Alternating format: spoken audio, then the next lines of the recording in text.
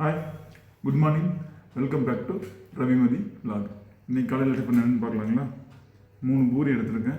அதுக்கு வந்து சுண்டல் போட்ட சன்னா குழம்பு. அது மட்டும்தான் இன்றைக்கி காலையில் டிஃபன். ஓகே பா. Hi, good afternoon.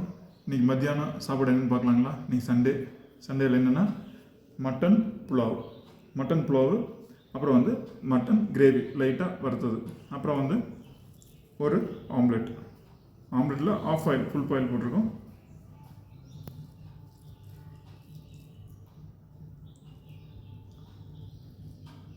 மட்டன்